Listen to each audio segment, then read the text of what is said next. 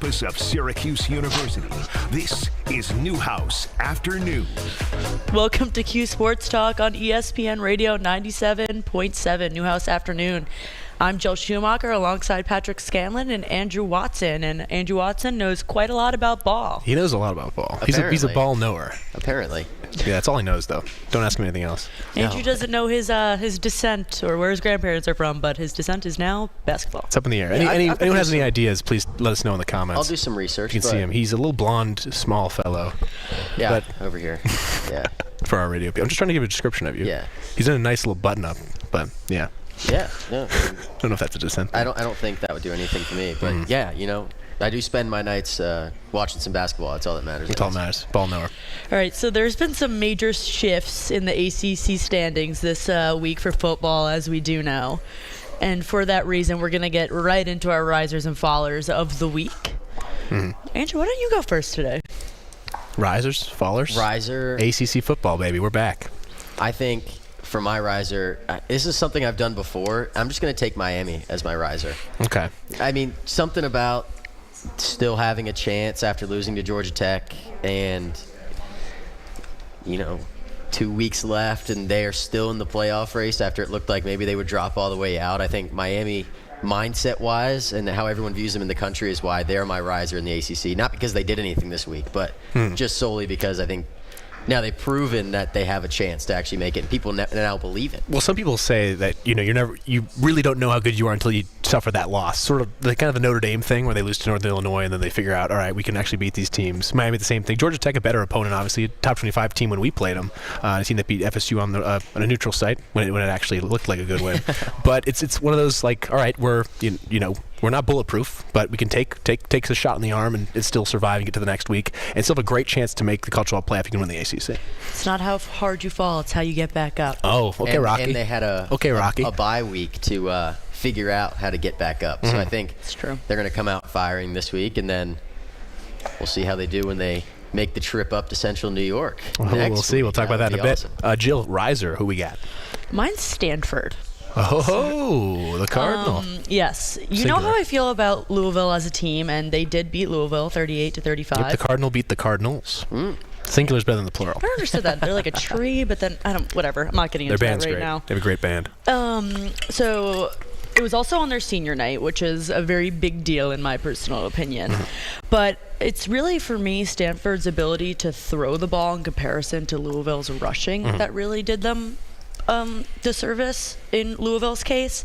And then we saw both of their QBs played, and they combined for 223 passing yards. So that's why they're my riser. They're pretty much up there, and they kind of had a rocky start to their season, and that's a big win for them. Yeah, no, I mean, Stanford, they lost 5 straight conference games, 6 straight games, with 4 of those coming by 24 points or more. And to come out and win on the farm on senior night, and your kicker hitting the longest kick of his career after being out for 2 years with an injury. I mean, storybook stuff. Stanford's known for doing weird stuff in the Pac-12. It continues at the ACC. Their opener versus Syracuse, sort of a weird fluky game that they kind of end up winning coming into the Dome and shocking a up-and-coming Syracuse team. And then going to beat Louisville, one of the top teams in the conference, dropping them down a little bit. Yeah, Stanford. Well, what a it's story. also Daniels, who is their quarterback, his ability to throw under pressure and still be accurate. He was sacked, I believe it was, 5 times, and he was still incredibly accurate. So his ability to stay within the pocket and slinging at the ball when he needs to was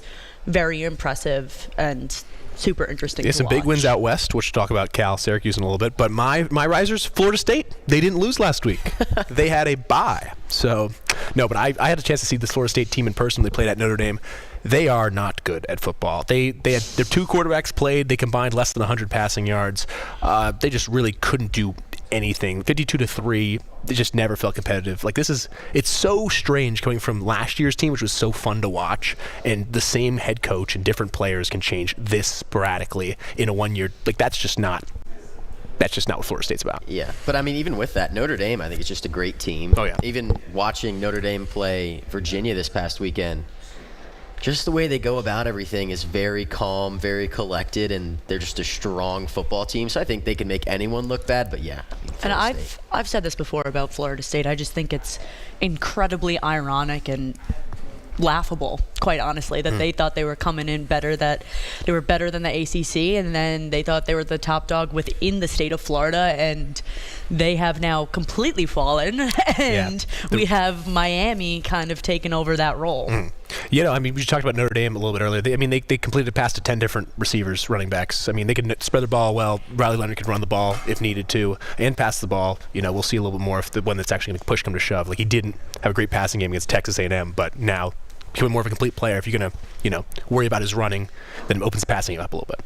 But for my faller on the other side is going to be Louisville, who got shocked by Stanford. I mean, Stanford again lost those 5 straight conference games by 3 possessions or more. But they've had the toughest schedule in conference. They've had to play Miami. They've played at Clemson. They played SMU. They played at Boston College. They still have to play Pitt. They played Georgia Tech. They played at Notre Dame. I mean, this was a rough schedule, and they're still bowl eligible. They're still one of the top teams in the ACC. I'll give them preps for that, but you can't look ahead in their schedule, and that's what happened. They're probably looking towards Pitt. These other games, we can get a good bowl game out of this, still hunt for the ACC title game, and then you go out to West to Stanford and you lose that game. Louisville, just really high expectations last year after beating Notre Dame by 3 possessions at home and having a great run in the ACC, and now comes crumbling down to more of a mediocre season. Think something that they weren't expecting over there in northern Kentucky. Well, speaking of Pitt, Pitt is my faller. It's not so much because of the Clemson loss at home. Clemson is a great team, and they lost by 4 points. I wouldn't beat up on a team over just that small loss. For me, it's also on top of the 2019 UVA loss. Go Hoos. That is a major issue. I mean, you have quarterback Eli Holstein. He did get injured, but he got injured within the third, so you can't fully blame that on a quarterback injury early in the game. And then you have their backup quarterback, Nate Yarnell, come in, and he was only 4 for 12 on passes, and he threw 2 interceptions. I can understand he's probably coming in a little bit rattled. He hasn't played a whole ton. But, I mean, Pitt was a top 25 team, and they now, quite honestly, lost hopes to an ACC title after that loss. Yeah, best starts in the early 80s. So, Dan Marino, I mean, and then just comes crumbling down. It's sort of like a reality check. Things that happened to Syracuse a couple years when they started like 6-0 under Dino Babers or something like that, and where it was just like, all right, this is not really I mean, kind of unprecedented. You know, getting a hot start like that, and then you just kind of come around. Like, how good you are as a team. I think they talk about a lot in College Game Day was a loss will find you, no matter how good or bad you are. The losses will come. It doesn't really matter about the opponent; it matters about the team itself. So that's kind of happening to Pitt right now. They do have, that tough loss to Clemson. SMU got blown out. I mean, these are big opponents. And well, for me, I think that if they only lost to Clemson and didn't lose to UVA prior, that's something that they could have bounced back from momentum and mentality-wise. But losing to UVA, then to Clemson, and then I just don't. SMU, yeah, it's snowballing. And it's also the way Pitt's also my faller, and Louisville was going to be my other one. Yeah, so it's kind of the two options. You guys had some great ideas, but for Pitt it was also the way they lost both of those games to Virginia. It was just, I mean, I watched every second of that game, and I can tell you that there wasn't a doubt in my mind that Virginia had a good chance to win, which never happens watching that UVA football team play. And I don't know, the quarterback getting taken out on a targeting play and stuff like that is obviously a little. If anything, that should amp you up. Yeah, and it was a tough scene there, but also the way Pitt lost to Clemson. I mean, you take the lead and then Klubnik goes out and does his thing and scores with a minute to go, and now everything starts to crumble down, and you're out of the ACC championship, and now there's really nothing to fight for other than a bowl game for those guys who are expecting to have a chance to even make the playoff. Like, yeah, it's just a tough scene over there in Pittsburgh right now. Yeah, I'm not really too sure what happened over there, but is what it is at this point. And then we can look at Syracuse and Cal. That was a very large takeaway moment for me. The defense put the offense in a great position. Oh, yeah. And I have said this before. One of the main things that I said that makes Syracuse great is when their defense is spot on and they don't have those small mistakes with those missed tackles. And they really executed. And within that spectrum, you had that, but then you had the offense then take care of the ball after huge defensive stops were made and didn't waste those opportunities. Oh yeah, they made Mendoza look pretty uncomfortable. I mean, Syracuse is not really known. I mean, look at that UNLV game for a hot start early, but Syracuse to go on that hot start and extend, that's a that's a step in the right direction. Fran Brown is getting these guys right, especially a 20-point lead going into halftime as a 10-point road dog. In probably one of the longest mileage you're going to have to go this season for any team in the whole country. I'm props to Fran Brown and company because that was a pretty impressive. Even though Cal kind of came back late touchdown, made it a one-score game.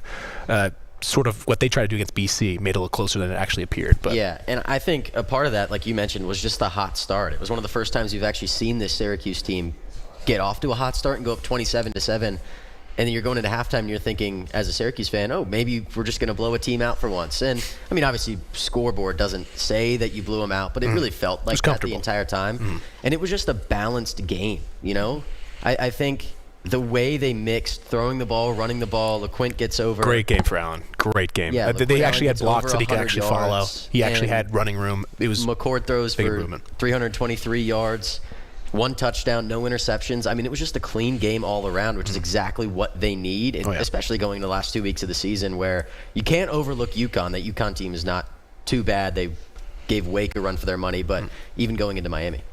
Yeah, that was for sure some textbook football by Syracuse. I mean, winners get washed. They do. They do get washed. But we're going to go into break here with QSportsTalk.com on ESPN 97.7. Please leave some comments in the Twitch stream, and we can talk about that during the break. It really was quite literally textbook football. Thank you. Thank you. Just... It was clean. You didn't need to see McCord do anything fancy. It wasn't. It was just they went in and did what they needed to do. Mm-hmm. Type of thing. Penny got 11 receptions, Gadsden 8. You're giving it to all your guys. But Andrew, the more important question they're saying is, are you German? Are you English? Are you Dutch? I really... You could be Dutch. I have no idea. I'll get back to you on that one. Do you not do things with your family that's I don't know, it feels like a tradition, I mean, or just feels like you're out of just plucked out of nowhere, plucked out of I have no idea. Virginia. No, I mean, you got to be at least Irish. I would assume. It's not something I've ever thought about. I've never sat down and been like, wow, I wonder where I'm from. I'm from Virginia. So. From Virginia. What kind of last name is Watson? Last name is Watson. Yeah, I might be the only person in the world who just doesn't. It's English and Scottish origin. Oh, there we go. Nice. Good for you, Andrew. We'll go with that. It was the 19th most common surname in Scotland in 2015 and the 46th most common in England. Let's go. Because, Sherlock Holmes. Top 50. Yeah, that's big. Can you You're so Watson. You're a Watson, bro. You're literally so Watson. Sorry. I'm going to shut up. You know what they're saying? They're saying... I actually don't know what they're saying about Andrew. I don't Neither know. does he. They're saying this kid doesn't... He claims he knows ball, but he actually doesn't. He knows a little ball. He's a ball knower. He knows ball. No, you would have loved Lights on the Lake, Andrew. I heard it wasn't as easy as you guys It was thought it was so hard. Yeah, so I'm not going to do it. It was so hard. I'm not going to do it. How was it hard? It was the problem is it's a drive-through, so it's impossible to wrangle someone in to stop driving and then go off to the side and then interview you with their dog. Their dog? It was Humane Society night. Oh. I think I might just go to it and just drive through it just for fun. I don't think I'm going to do a story on it. I fear that bringing a dog into that environment might not be the best idea. We saw a dog named Lucy. Lucy liked it. Lucy was like the dog from The Sandlot. Huge dog. It's jumping up. It's wow. It's Lucy. Lucy was good. I was a fan of Lucy. So true. Lucy attacked. Winners get washed. Winners get washed. That was good in broadcasting. Huge. We love the CW. We're back. We were 3 straight weeks. Those guys, that's kind of cool. They had the. They Are you called sure Syracuse. It wasn't more than that. I feel like we've been. Well, on the we CW probably played them. I think that was the first game at CW. We had 3 straight CW though. It was home versus Virginia Tech, at BC, and then at Cal. Okay. And then we got what's UConn on? ACC Network. Let me look. It is on ACC Network, yes. Okay, ACC Network and then ESPN 1. We haven't been on ESPN 1 since Stanford on Friday night. And we're back. And we are back. I think we might be back, allegedly. Syracuse basketball is back. I wouldn't say back, but they are there. Hey, I mean, wins win. 3 wins or 3 wins. You're 3-0. You're 3-0. There's no pictures on the scorecard. There's just the final score. The net rankings and Ken Palm. And having a little bubble that says double overtime next to it, and a one-possession game versus Colgate, and a 4-point game versus Lemoyne. It's okay. We're fine. Do you know could you guess where Syracuse is ranked in Ken Palm? Can you read that? Tooth. Yeah. Well, like 180? 107. Oh, okay. It's actually not that bad. That's not too bad. Are you okay? You can't tell me you could read that. Read it. You can read it. It's Ken Palm. Yeah. He's reading like a very, very intense No, I'm reading Ken Palm. I'm reading Ken Ken Palm. Pop. It's just sorry. The numbers look so teeny. It's not our fault, to Jill. me. You can't read small text. It's not our fault. Certified ball knower. Right here. Me. 0.7 and 100.1. Watch live on QSportsTalk.com. Tomorrow's broadcasting stars today. Broadcasting live from the campus of Syracuse University. This is Newhouse Afternoon. Welcome back to Newhouse Afternoon. I'm Jillian Schumacher alongside Patrick Scanlon and Andrew Watson. This hour of Newhouse Afternoon is powered by Drivers Village Cicero. Go to dvoffers.com for more. All right. Syracuse football. I mean, talked a little about that Cal game. We're going to talk a little bit more, though, about Gadsden and Pena. That's just, I mean, we talked about earlier as like one of the best receiving corps in at least the ACC, if not the country. They know how to distribute the ball now. They know who to go on fourth and short. Even Meeks is going pretty well. So, I mean, they have such a wide variety on offense, and now LaQuinn Allen's actually getting gaps to run through.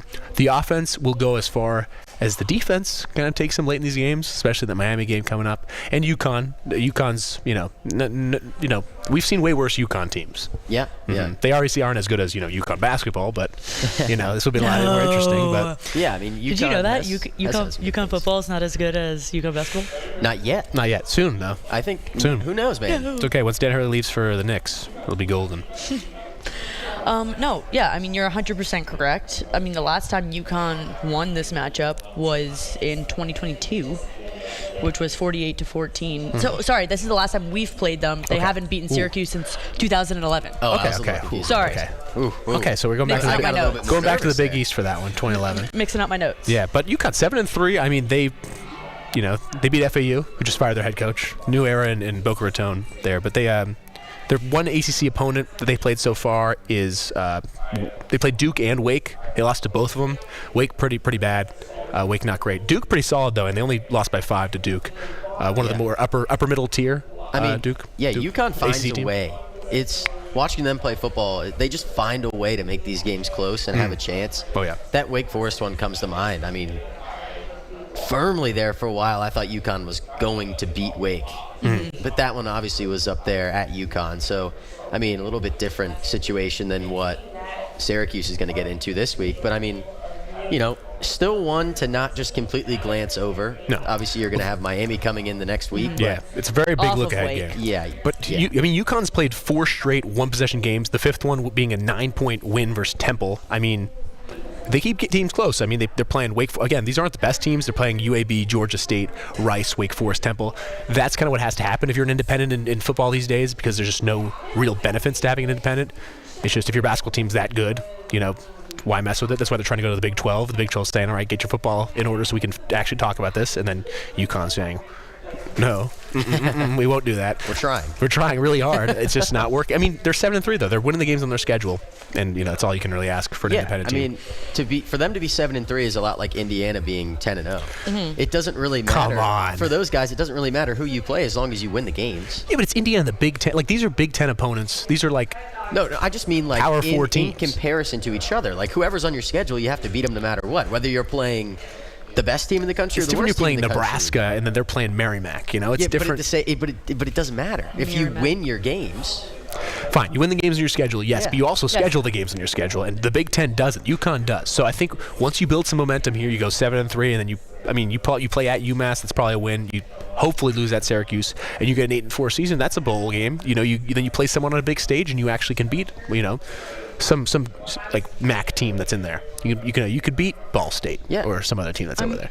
I mean, you're having two very different types of offenses line up against each other. UConn averages 92.9 yards, and Syracuse is 89 rushing. So we're having two very different types of offenses next to each other. Syracuse relies a little bit more heavily on the passing game in comparison to UConn. They rely heavily on running the ball. So, I mean, this could be a fairly textbook win if we are able to stop them in rushing. It's kind of what happened in the BC game. I mean, UConn, 200 yards pretty much average per game. It's top 35 in the country, no matter who you're playing. It's pretty good rushing numbers. And then they're also 37th in the country in points. Syracuse averages 31 change, so does UConn. So these teams can score. One team can run the ball really well. One team can pass the ball extremely well, top 3 in the country in Syracuse. Yes. So it's going to be the ground and pound versus the aerial attack. And hopefully, defense can step up, clog the holes, figure it out, get the ball in the air, get an early lead and extend it like they did against Cal, and not have a BC problem. I think it's a good opportunity for Syracuse to play one more team that's very run-heavy, just because the run defense has been something that us sitting here have been focusing on, saying that they need to improve on. If they're going to beat this team, they're going to have to be a great run defense that week to even have a chance to win these games. And, that has developed as the season's gone on, and they're still not completely there yet, but you have another opportunity to prove that you can do it. And then if you get confidence doing that, then you have to play Miami. I mean, I think it's a great jumping off point. You have a great opportunity to just grab momentum. Yeah, no, especially looking ahead to that Miami game, because we won't be talking about it because we'll be on break, but that Miami game, you're going to need your defense at its best, because the offense will be, through that defense, that offense will be able to, do what they need to do. Miami's defense is the reason they lose games. So they've lost that Georgia Tech game. The reason they probably should have lost multiple other games, like Virginia Tech, Cal, Louisville, need I go on. It's basically, if Miami had a defense, they would be, unstoppable. But they score 50 points a game, they let up 49. That's just how Miami operates. It came back to bite him, and Cam Ward literally almost pulled another rabbit out of his hat, but he fumbled late in that one versus Georgia Tech and Atlanta. So you're going to get top 3 passing offenses, the number 1 passing offense in the country in Miami, in Syracuse. The most important game left on the ACC calendar is in Central New York on Saturday after Thanksgiving. I'll give you the tiebreaker here, a little what needs to happen here.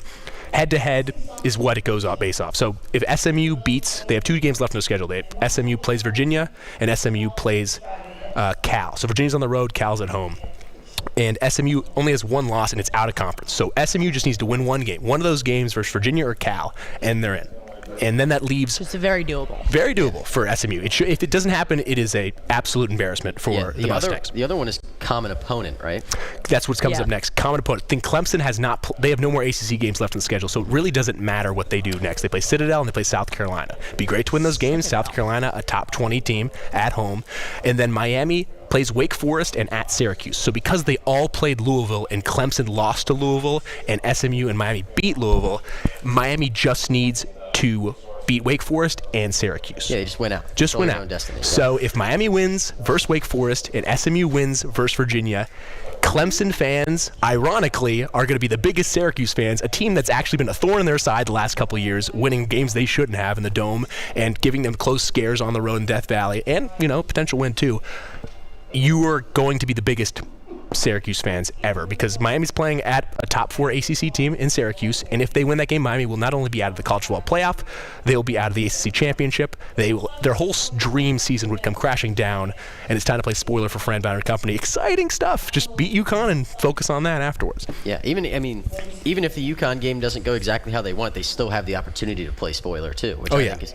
Obviously, you want to win that UConn game. You want to have momentum, because if they don't have momentum going to that Miami game, it could get out of hand pretty quickly. Yeah. But, I think the ACC is in a very interesting spot with Clemson and Miami and SMU. It's really a toss-up of if Clemson or Miami is going to get in, because who knows what product is going to be on the field. You're going to get I think you're going to get like a 52-45 again game in Syracuse. It's going to depend who has the ball last. That type of game.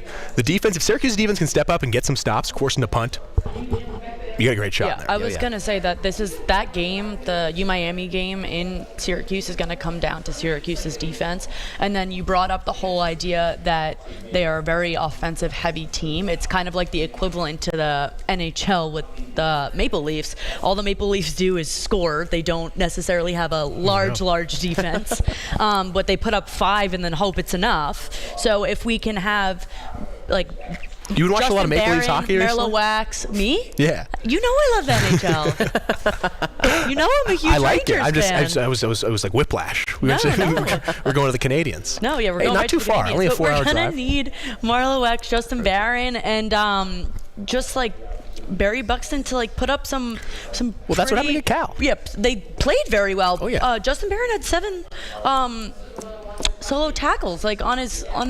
Yeah, So no, I mean, you give your guys on defense. You we have. need it to happen again in a week. It's starting to click, especially defensively. Like, you're not letting up a billion points, and your offense, putting them in great position when they don't have to start on their own 5-yard line and they can start on their own 40. Obviously, going to score more points. And when you have a great quarterback and a bunch of great receivers, you're set for greatness. So Should be a good matchup. should be a good matchup. Next two home games right in the dome. I feel it's been a while since we've had back-to-back home games. It feels like Yeah. because we have. It's like you start the season with 4 straight. You get the Tech game and then big road test. We're finally off the CW too. I know any One Tree Hill fans out there love the CW. I love One Tree Hill. I know, and we'll be heading back to New York fairly soon for a different sport. Know a little bit about ball. So after this break, we're going to talk about some Syracuse basketball. Please feel free to leave some comments on the Twitch stream, and we will answer/discuss those with you guys after this break. The 315. We are back. This shot is so good. I think the colors. Yeah, no, the Maple Leafs are like notorious for like just putting up like Hey, just scores 5 goals and then just hoping it just. Should we talk UMass a little basketball? Yes. Quentin Mincy. Quentin Mincy. Only a 5-point loss to Washington. Not bad. I know. Not too shabby. It is not too Quentin shabby. Mincy, 13-10. Do you know Yuri Covington? I think he might be newer. He had 19. How about Cam Morris? Cam Morris III? Yes. Yes, I know him. 13-2. The third. How about Max Brooks? Oh, we got some questions. Does Juan Carlos regret leaving Hofstra for inferior New York school? Oh. Also, any preview of the NCAA men's soccer tournament? Oh. We will not be previewing the NCAA men's soccer tournament. Give him something. We can. You just shut him down. Well, I'm just He's saying. asking a nice question. He asked if we were going to in the next segment, and I said we don't have that planned. Oh, well, we could, I mean. We could break it down for you right Exactly. now. But Jaquan Carl, I mean, the Hofstra is some pretty big wins. You beat Seton Hall. You know, Yeah, I mean, that's just another really, really good Big East team. Hofstra's not in the Big East, and you know that. No, I'm talking about Seton Hall. Them and Villanova are like the 2 worst basketball teams in the country. No, To answer his stop. That's not true. question- That's not true at all. Hofstra is literally the town over from me, and Uxbridge or Union? So what is it called? It's in Hempstead. Hempstead. it's Hempstead Uniondale area. Oh. I don't think he regrets leaving Hofstra. I think that might be a little bit of a reach. I think it just comes down to your opinion on different Hey, conferences. I love the CAA. See, I'm a CAA football guy. I know you are. But Go I'm just Cats. saying, I think for this case, I think it comes down to your opinion on the different conferences. Also, I mean, Hofstra, they left for an inferior school, but Hofstra just lost by 18 to Florida State. But again, it's the pride. I love Speedy Claxton. I'm a Speedy Claxton guy through and through. Go Cats again. But, CAA usually gets that Charleston bid. We'll see if that's going to happen this year. I mean, Charleston, big win over FAU in double overtime on a buzzer beater. And then they played Liberty. They beat Liberty? Liberty. Liberty. It was in some weird, double tournament, 2 weeks before Thanksgiving. Yeah. They're really getting weird with them these days. Let's see. But yeah, Hofstra beating UMass on the road, beating Seton Hall by 1, beating Iona. Charleston lost to Liberty by 21. Okay, see, the CAA could be open for business. Go Flames, some say. Some say. The Pride are back. The Pride, Hofstra Pride. That's where I played all. We'll see what they're about when they play at Houston Friday night in a get right game for the Pride. In number 7 Houston. I mean, he also asked about a preview for the soccer tournament. I think I'm looking at it right now too. I mean, we have Clemson, Stanford, Virginia. Those are all ACC schools already in the second round because they earned their spot. They got the bye. And Duke bye. and SMU and Pitt, all in the second round already. Ohio State. What are Denver. you looking at? Denver's usually the team to beat Scroll these down. things. There. Oh, SMU, It Duke, keeps going. This is a large bracket. Pitt, Georgetown. Sorry, I'm used to lacrosse. It's usually teeny. They're expanding it, though, soon. Oh, yeah. They're expanding lacrosse? Yeah, they might have more games for men. How many teams? I don't know off the top of my head, but then you just go back to certain years that certain teams got They got snubbed. The team that got snubbed would be Notre Dame the year before they won the national championship. They didn't get a bid into. So that was part of the, we're going to Just be better, I guess. Be better. I love being better. I don't know. There's no auto bid out of the ACC in lacrosse, is there? Otto the orange bit? Auto bid? I love Otto. I don't think there is. You go if you win In the ACC? In every conference, you make it to the tournament if you win your conference. But usually the teams that get a bid are like if you were to have like Big Ten, ACC. Interesting. So it's all the same. Let's look. Let's go, Tech. There's only 4 teams. Watch your favorite ESPN Syracuse sports talk shows on QSportsTalk.com. Tomorrow's broadcasting stars today, broadcasting live from the campus of Syracuse University. This is Newhouse Afternoon. Welcome back to Newhouse Afternoon. I'm Jill Schumacher alongside Pat Scanlon and Andrew Watson. We were just talking about some college lacrosse, but it is not season, so I will sadly Cut that out. keep my mouth shut about it. But I actually want to shout something out before we do start. A huge moment happened in women's sports the other day, and for the game of lacrosse, WLLL did get announced by the PLL. That is absolutely huge. Women's Lacrosse League? Yes, correct. There we go. Same thing as PLL, but with AW. Okay, so what are some teams we should look out for in the WLL? Any cool names? It's all just starting. It just got announced like I believe a week ago. We're starting with some ambassadors, working our way around. Do we have cities yet? No, they're going to do tournament style just like they did for the PLL, and they're going to put them via region. Sweet, there we go. But just wanted a big day for women's shout out. sports. Big shout out. There we go. But Jill Schumacher, shout out. we'll veer from that and focus on the sports in season. Well, yeah, no, if you're watching a high score game on Saturday, if it wasn't Cal Syracuse, you could look on the hardwood for Syracuse Youngstown State, a double overtime thriller. Who would have thought?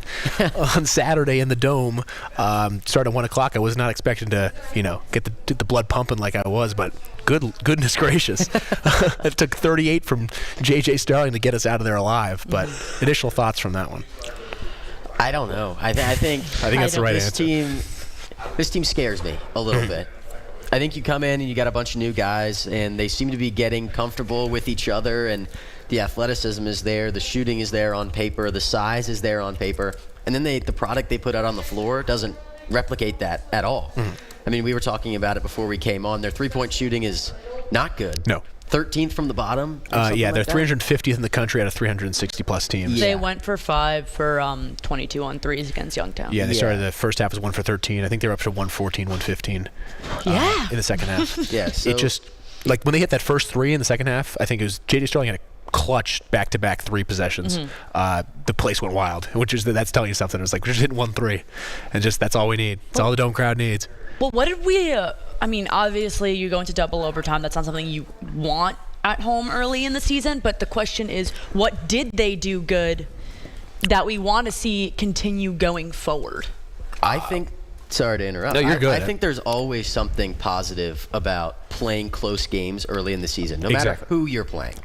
Because if you're in a close game it's those now, crunch time situations. You can, use that momentum going forward. But let's say you're a team who doesn't have a close game in the non-conference, and now your first game, like let's say Syracuse had blown out every team, and then they go to Notre Dame for the first ACC game, and suddenly they're back and forth. There's 2 minutes left. They have no idea. You have no idea who you're going to. You have no idea what your just thoughts are at the time. So I think getting this experience early, while it doesn't look good on paper and the team doesn't for feel metrics super sake, too. comfortable, metrics-wise, I think it's still a good thing to have close games. I'm fine with that. The only problem being, if you're going to play close games now, is the only reason you're playing close games because you're just getting a chance to do it, and you're just sort of gelling.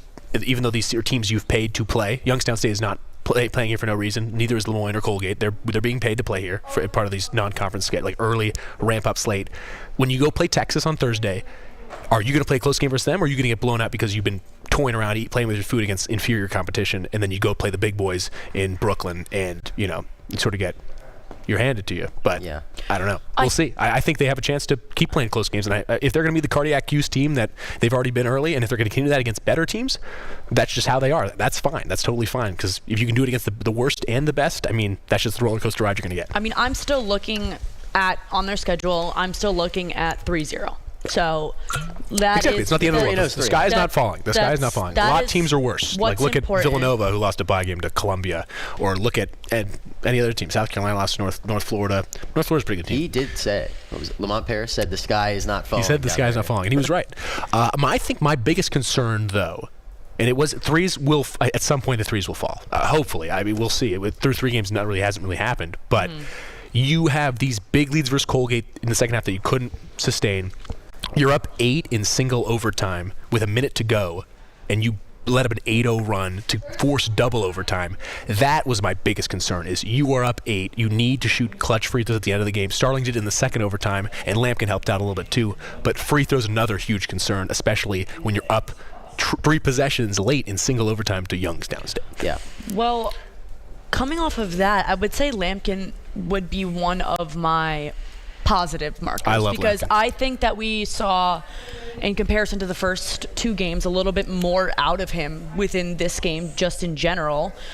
He's one of the big reasons why we got up there in second overtime. He scored 7 points to give us a 96-91 lead with just like seconds under 2 minutes. He can do it all. And then also, I think Davis proves to be critical when we need him once again. 9 in 21 and 11 running, putting them at 52. Donnie Freeman also pretty. I mean, he's had a little trouble around the rim like in the last couple of games, but this game 8 for 13, just he could not miss inside. It was a nice strong thing we needed inside for Syracuse, and that gave them all the points they needed. But Andrew, you talked to Eddie before, and he said he doesn't love scoring as much as everything else. Yeah, he says he'd much rather have a bunch of assists than he would have a bunch of points. And that's which rare. I think is a big man. Awesome. And some of the passes that he makes just show his IQ. Over the head. I mean, any direction you want it, he can put the ball there. And I think it's a little bit of that comparison to DJ Burns where, you can draw a double and pass it. Lampkin hasn't really shown the ability yet to draw that double and be that kind of banger that you expected him to be. But if he can develop his inside game, then he will open up opportunities for everyone else on the floor. He's already got connections with Donnie Freeman. He's already got connections with everyone else. And if he can make that grow stronger. This is only game 3. Yeah. We're seeing these crazy passes that are connecting. Autry said in the post-game presser, as long as the passes connect. So he's fine with it as long as they connect. And the connections are only going to go stronger with his teammates. And, I'd love to see what we look like come February. Well, he's jumping from 1 assist in the first game to 7 now, which is great. That comes with it. Yeah. It also, I think he brings a great presence on the court. I think his energy is something that's very, very critical to the team. I think that Jair Davis also has that type of grit and hustle mentality that is also brought. Just from what I've observed, I mean, obviously there's nothing you can say to back it. From what I've seen, that's my opinion. He's also helped out with the rebounding is the huge. That is their bread and butter is getting to the glass, getting down there, getting offensive and defensive boards. They're 8th in the country right now, I'm pretty sure. Yeah, 8th in the country in rebounds. They get more than 43 a game. And that's going against these littler teams. So we'll see if that really matches up with Texas. I think it will. They have the size. They have the players to do it. The only problem is you're getting a lot of rebounds because you're missing shots. Now, if we make those shots and then get those defensive rebounds and maybe some offensive rebounds putbacks, that's great too. But you will get second and third chances to get to the glass and get around to finish. I think a few things that scare me was something you mentioned earlier was just the inability to close a game. I mean, you see teams like this every year that have the talent on paper to be really good, but can't find a way to win a game. And they found 3 ways to win games, and it's pretty much just by hoping the other team misses a last-second shot or turns the ball over going down the floor. But that and the transition defense has improved just a little bit from game 1, game 2, but there's some scary moments out there. And if the 3s start falling, this team's going to look completely different because you're not going to have to worry about anything, and you are going to be able to pull the Miami football and just outscore teams. Question for you here. A bunch of new players that haven't played in the Dome before.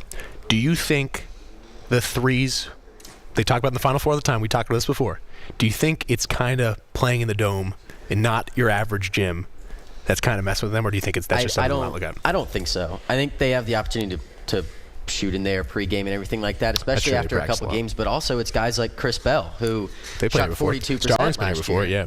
And he's 4 for 18 on the season thus far. I mean, it's just the shots aren't falling, and eventually they will, hopefully. But the second half they adjusted. They only shot 6 threes. They made 3 of them, and they went more inside with Lampkin and Donnie and Jair Davis. And Starling just, I mean, looked like the quickest guy out there and just playing the most minutes. He played 49 minutes in that game. That's unheard of.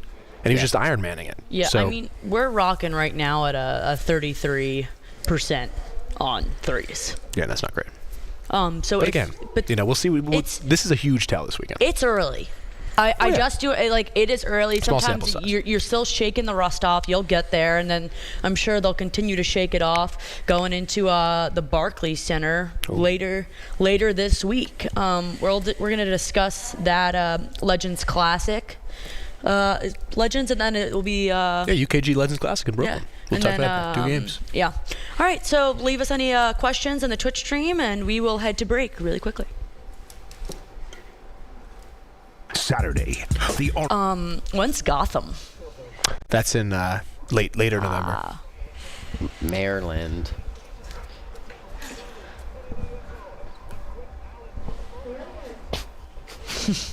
Why is it so fresh and so clean?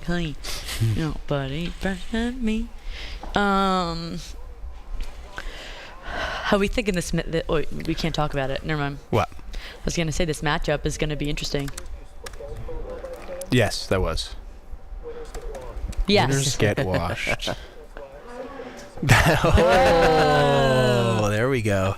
That's good. Will do. So fresh and clean.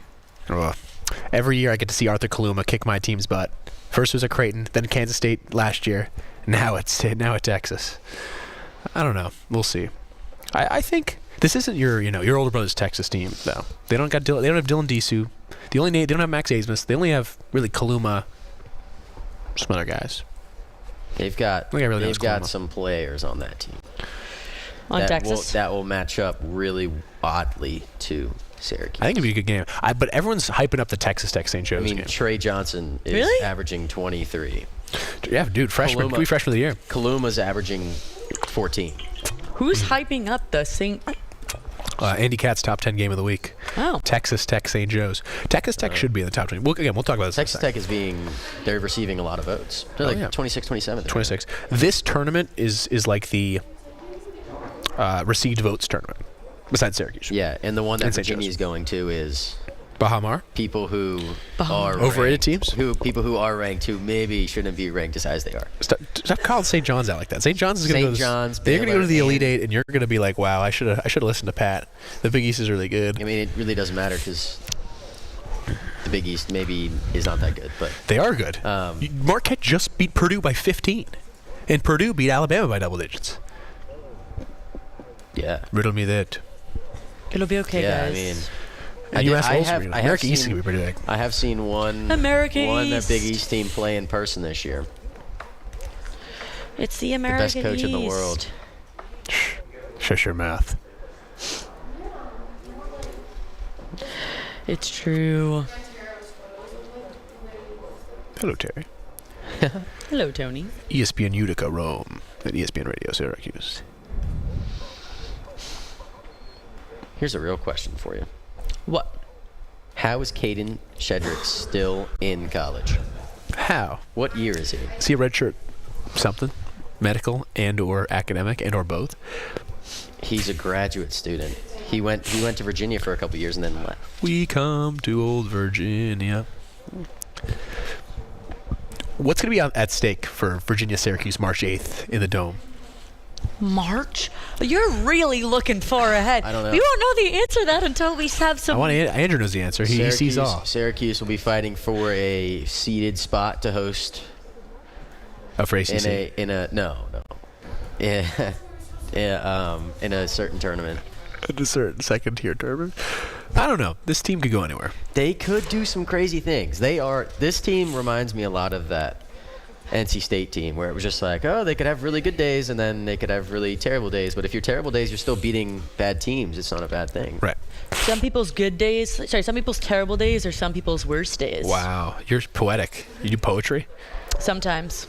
Some people's terrible days are some people's worst days. Some people's worst days are the equivalent to some people's best days. Do you think Army? Oh. Army Notre Dame. Do you think Army can win that Oh, one? I hope so. I think he's gonna be there. I think he's going. Is that a Pepsi? What's she drinking up there? It's Pepsi. We're a Pepsi school. We're a Pepsi school. We are a Pepsi. That means we get Gatorade then. Yeah, I think that's why people are Pepsi schools. That's the pro of being a Pepsi school. And you get Pepsi. Pepsi's pretty solid. I like Pepsi. More of a Coke guy, but Me too. I like them both. They're good. Then at 100.1. Watch live on QSportsTalk.com. Tomorrow's broadcasting stars today. Broadcasting live from the campus of Syracuse University. This is Newhouse Afternoon.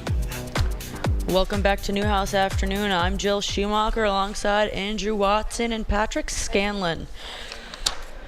Headed to New York next week. no sleep till bam, bam, bam, bam. Brooklyn. No sleep for Red Autry. A lot of things to prep for Texas. No sleep till Brooklyn. I'm allowed to sing. I can belt it out a little bit. No, it was good. You were laughing at me. No, I was not laughing at you. I Just was laughing with you. Yeah. No one was ever laughing. There is a difference. Or Andrew. Actually, I think Jill's in charge of being mean this week. I don't know what it is. What? I think I'm in That's charge of crazy. being the guy that everyone is mean to this week. I don't know. Never. Yeah, punching bag over there. Never. We got two big matchups, though.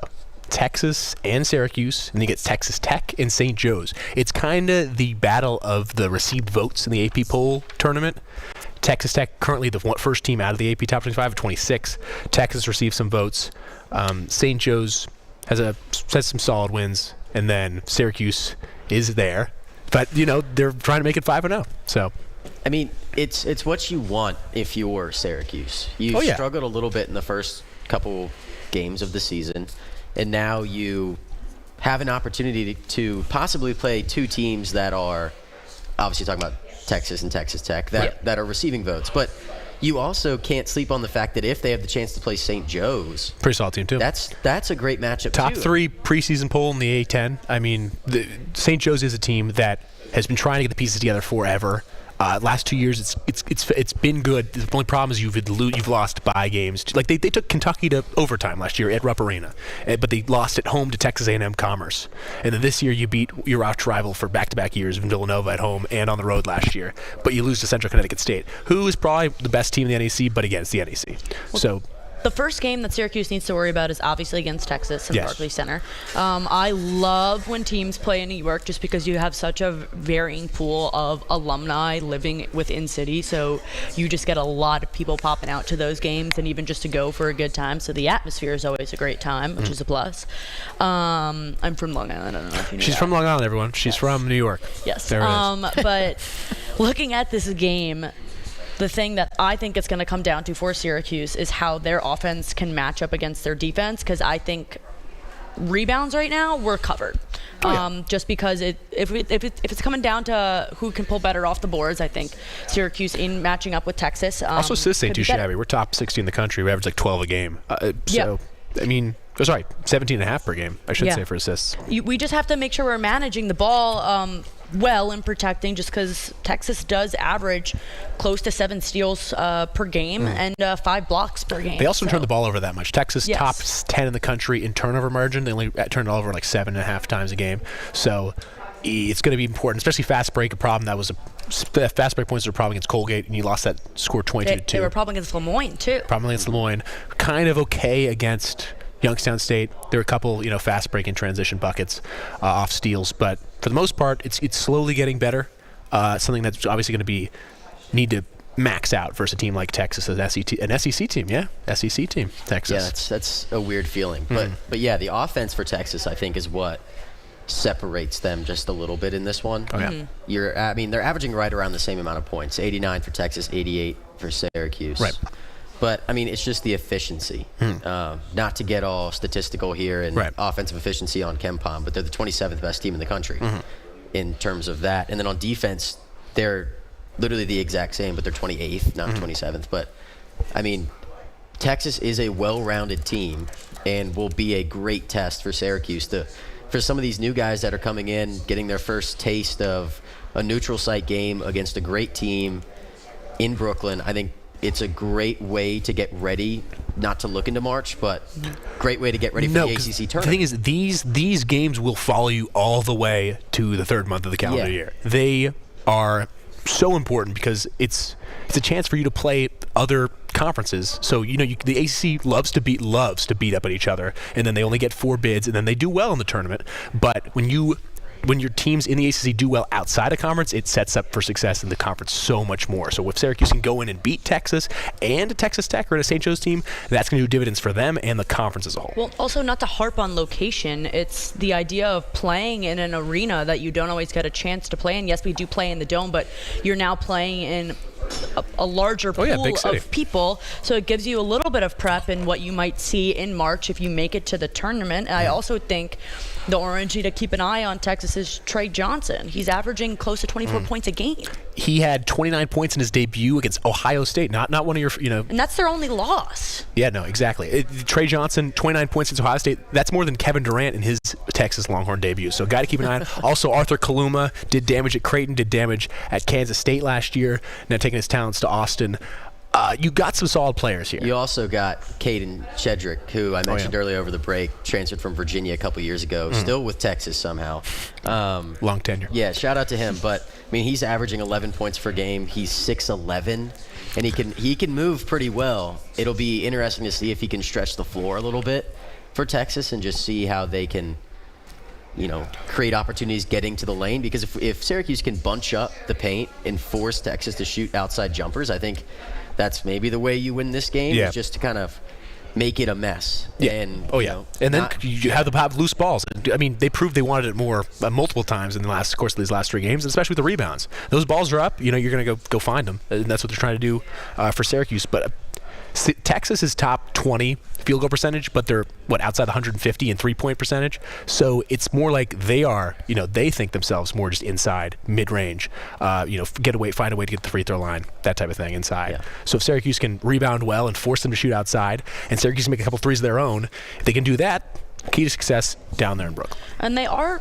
When I say they, I mean Texas. They are 3-1 right now, and they did win by a decent margin to those teams that they have in the W column. But then again, those teams are teams like Houston Christian, Chicago State, Mississippi Valley. The Delta Devils. Have you seen their Twitter recently? Their Twitter is fantastic. No, send it to me. I'm gonna pull something up here, but the Delta Devils, they said, I think final score Texas a lot. Delta Devils a little. They're pulling a was it the White Sox that did that? They also are calling out different people. They're here's what they said. They paid how much for this guy? Coleman Hawkins tonight, 0 for 6, 0 for 1 from 3 against the Delta Devils. That's their official basketball account, calling out Kansas State's big man. That's crazy. And they're also calling out showing their DMs with K-State men's basketball. I'll give them props. They're doing DMs. Oh yeah, dude. They're doing different stuff. I'll give that to the Delta Devils. Also a team that won 1 game last year. So that's wild. They're trying. But when they won that game, it was electric. But yeah, crazy. To go back to Texas, their only loss, Ohio State. That Ohio State team reminds me a little bit of the Syracuse team. They have all the pieces. They could be really good, but they just have to find their footing. Oh, yeah. And so I think top 25 team, too. Yeah, and Texas wants to get there. They want to find a key win, and they're hoping that Syracuse can put up a great fight in that one so that when they look at it in March, it's just a great look. But earlier I didn't even mean in terms of making the tournament. I meant playing on a neutral site in a tournament setting against a good team is just great preparation for the conference tournament. Oh, yeah. Because traveling and playing back-to-back days on a floor that isn't yours, you're staying in a hotel. Right. That's a weird feeling. And to get that experience for guys who haven't done it yet, like Donnie Freeman, I mean, it's just a great experience for some of these guys. And we'll see for Texas, too. I mean, it's not, the team last year with Disu and Max Ames, they had a lot more potential. Like they felt like, from the media perspective, they had a lot more potential. So this team's more kind of laid back, but they still got the guys. So we'll see if they can do it. Especially Syracuse is going to have a big test on Thursday. We're going to go into our favorite segment. You are now entering the courtroom of Judge Jill Schumacher. All the cases are real. The court decisions are final. You're listening to Judge Jill. Boom, boom. Who has the best rivalry outside of the ACC? Ooh. In what? Basketball. I'm trying to think of one. You went straight to Duke UNC. You got 5 I seconds was going to each. take that. What are you thinking? I have no idea. Oh, my goodness. We're blanking out here. Oh, my goodness. If you guys can't come up with anything, then I win. Can we say Georgetown, Syracuse? That was one that came to my mind. Georgetown, That's Villanova? ACC. I don't know. That's true. I'm losing. Oh, my goodness. You kind of stumped us, Jill. So I win. Oh, my goodness. I'm not going to say Auburn, Alabama, Jake. That is not happening. All right, Jill, I think you win this one. I win. Congrats. Okay. Thank you so much for listening to us on QSportsTalk.com on ESPN Radio. Make sure you tune in tomorrow at 2 for more of Newhouse Afternoon. This is Orange Nation.